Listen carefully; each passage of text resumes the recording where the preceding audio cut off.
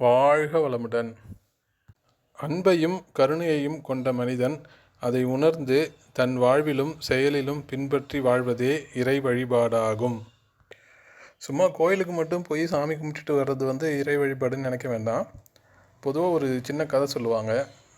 கடவுள் ஒருத்தர் கனவுல கேட்டாராம், உனக்கு என்ன வேணும்னு.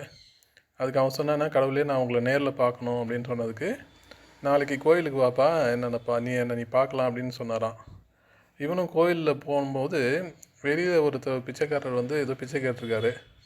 இவன் அதெல்லாம் இப்போ கவனிக்காமல், இல்லை நான் அதெல்லாம் போட மாட்டேன் அப்படின்னு சொல்லிட்டு உள்ளார போயிட்டு சாமியை தேடினானா. தேடிட்டு வந்தவுடனே மறுநாள் கனவுல மறுபடியும் கடவுள் வந்தவுடனே கேட்டானா. அது கடவுள் சொன்னாரான், நான் தான்ப்பா முதல்ல உன்னை வாசல்லே உன்னை வரவேற்றேன் பிச்சைக்காரர் ரூபத்தில், நீ தான் என்னை கவனிக்கவே இல்லை.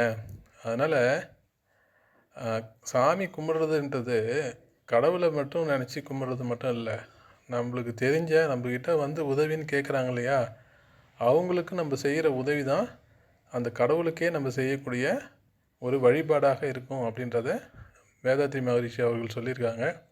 எனவே ஒவ்வொரு மனுஷனுக்கும் அன்பு இருக்குது, கருணையும் இருக்குது. அந்த அன்பையும் கருணையும் நல்லா உணர்ந்து கொண்டு அதை செயலிலும் வாழ்க்கையிலும் பின்பற்றி வாழறது தான் ஒரு இறை வழிபாடு அப்படின்னு மகரிஷி அவங்க சொல்கிறாங்க. வாழ்க வளமுடன்.